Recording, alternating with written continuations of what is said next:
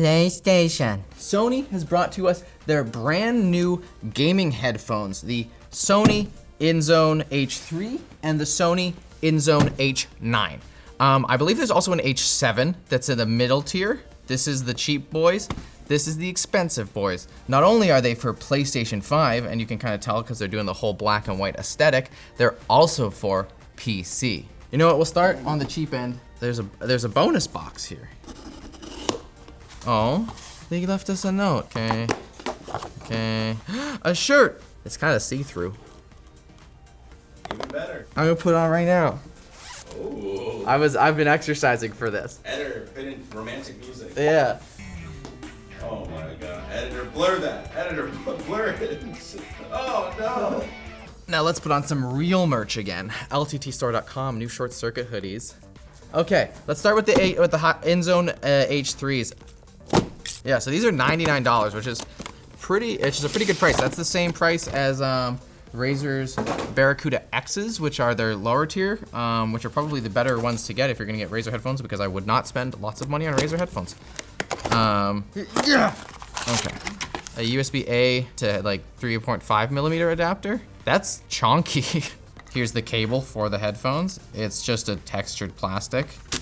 In here we got stickers, everyone's favorite. They did say on the back of the box that this is a renewable packaging initiative, and like, yeah, everything's paper. Sweet, so here's the headphones. These are all plastic construction, I can tell, except for, whoa, this is weird. I've never actually felt, there's like that sheen to it. Let's look around. So you can adjust the headphones. It's several points of adjustment, but there's tons of options, so you're not gonna have any issues. It's a pretty big headband, but they kind of dupe you.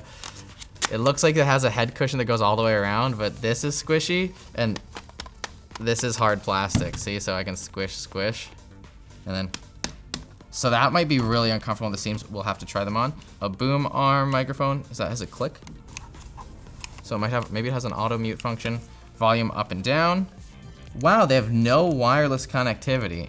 That's kind of disappointing. I get that they're $99, but I feel like you can get a lot of $99 headsets with wireless, like the Barracuda X's from Razer.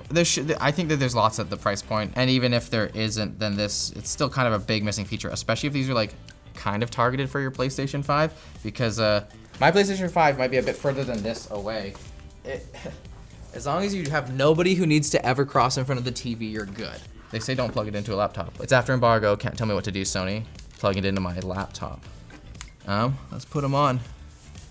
Not really great sound isolation, but that's okay. It's like, okay, let's get some audio going. Let's play some music. Not great. Comfort-wise, it's fine. This is not an issue on my head, this little lip here.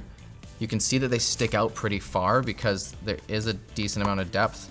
These don't fit super nice in my head. The cushion's a little bit hard for how light these are.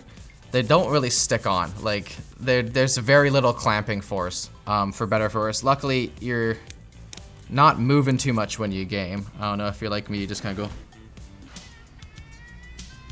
From a music perspective, it's definitely V-shaped still. It's a little bright on the highs for my liking. These are sounding quite good. The stereo imaging just without any spatial audio, it's decent, especially for closed backs. The audio quality is pretty good at the $100 price point. You could do a lot worse than this, I think. Sinful Caesar sipped his snifter, seized his knees and sneezed. Round and round the rugged rock, the ragged rascal ran. She sells seashells by the seashore. Does the mic sound good? I hope it sounds good. We have a full 8-level equalizer in here. Spatial sound is available for these. It has dynamic range control to adjust between the maximum and the minimum volumes, which can be great if you're in like a noisier area. You can bump up the quiet. Auto gain control, microphone volume. In the equalizer, we have some pre-made sound profiles. We got flat, bass boost. Wow, they crank it up 12 dB. Oh my God. Music/video. Music/video lowers the high end and bumps up the bass. So I guess they may have tuned this specifically to produce better speech, have a little bit of extra detail, which is something I noted when I was listening, is that there's a little bit of extra detail on the highs. With these headphones, they have a sound personalization app where basically you take a picture of your ear and it'll scan your ear and it'll tune the headphones to fit your ear. I don't think those are very reliable. It's kind of an interesting feature that I've seen on a few sets of headphones. I know that I think Soundcore has done it, I've never been super happy with the tunings that I've received from that. Oh, what was the greatest year for tech just came out on Floatplane. I have a fun answer. You should go check it out over there. Me too. What was your answer? You gotta watch and find out. Dang, you got me, Val. I'm subscribing to Floatplane. Analyze your ear shape. Pictures taken of your ear after 30 days. I trust him. Ears. Next, turn your face forward. Turn your head slowly to the right. Captured photo. No, it said turn my head to the right, and I turned it to the left like a fool. Next, turn your head slowly to the left. It's very demanding. Captured photo. It did not capture the look at what it did. Look at what it did. The first one's correct, and then the second one I'm like not even turned. It's gonna think my right ear's gross. Okay, so now I have to log into it on here. Spatial sound personalization failed. Apply. Here we go, boys. Now this is my own personal sound. No one else can have it.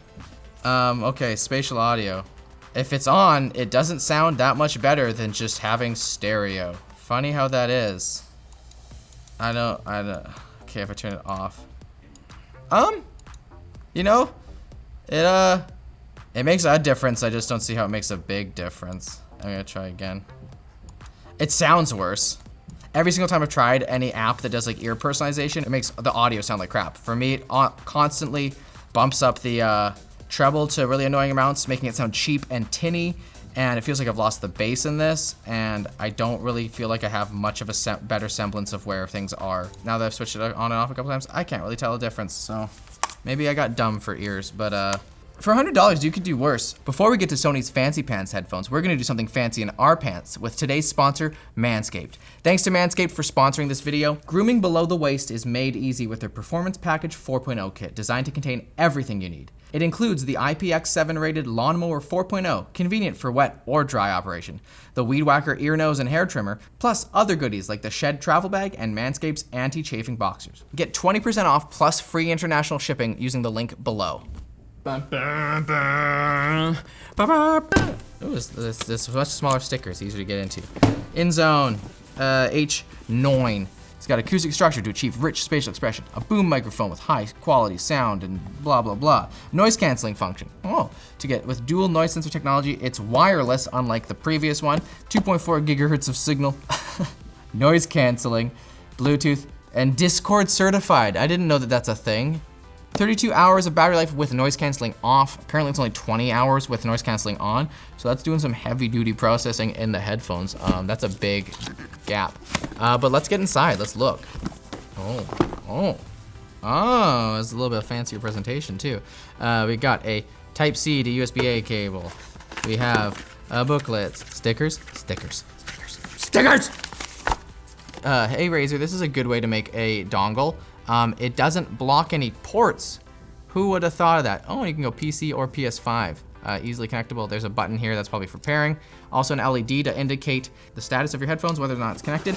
But let's get to, ew. They kind of put like ears in it. Okay, wow, these feel so much more durable. They're still an all plastic construction, but they have a little bit more heft to them. The plastic feels a lot nicer. Even the clicks, the adjustment clicks is sturdier. Is it me or do the ear cups look bigger? Yeah, it's amazing the subtle differences, like the different pivoting actions. Instead of doing this wider hinge, they use this like more integrated into the ear cup kind of hinge. You can see that action there, and then also the twist there. They're using, so it's like actually a nicer pleather on the top. There's more texture to it. This is kind of very plasticky feeling. This feels much more like a fake leather. Power button, Bluetooth, game and chat.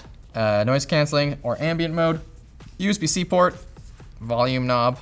Even the volume knob, it's weird. The good ones have actual stepping. This is just a smooth roll. It's funny, you think that they would want to share more parts to save some money, but no, these feel like significantly better. Also non-removable ear cups, it looks like, which is a shame because ear cups are one of the first things to go on headphones. Like headphones can be good for a long time. Okay, let's get it. Let's get them on. Let's do this. Oh yeah, these feel better. Oh no, that's ambience? Wait, no, this is ambience. Whatever was just dropped, I could hear very, very well. It did not cancel that noise very well. It's weird because I can hear myself. Why can't I hear myself? Hello. I can't, yeah, I'm like always, Oh, that's actually great. It always gives you an automatic feedback through the microphone, which is awesome because then you can tell how loud you're talking, which is great because having any sort of delay in hearing back your voice will make you get very confused very quickly. Noise canceling is on. Noise canceling, I don't think is very good. We can play some noises. So apparently they have noise canceling inherited from the Sony WH1000 headphone line, which is so vague as to be meaningless because the their ANC has gotten really good, but if it's not the ANC on the XM4s or XM5s, it's pretty middling right now, and that's how I feel it is. It doesn't feel like it's doing that great of a job, which is really disappointing. But maybe the audio quality is gonna be there. We're in. It's recognized me. Same deal as before. Apps same. We have some device settings here. Okay, cool. So there's noise canceling, priority sound quality, or priority stable connection with Bluetooth. That's interesting. So the nice thing about having the multi-point is that you can be connected to your phone via Bluetooth, and you can be connected to your computer with the dongle.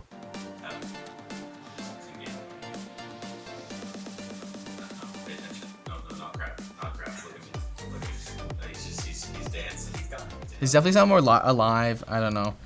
Let's test out another song. Yeah, these sound much better.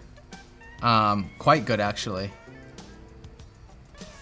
Whereas those felt tinny and a little harsh in the highs, these feel much more detailed, but still reserved without being fatiguing. Like it doesn't sound like it's constantly attacking you with like really high-pitched noises.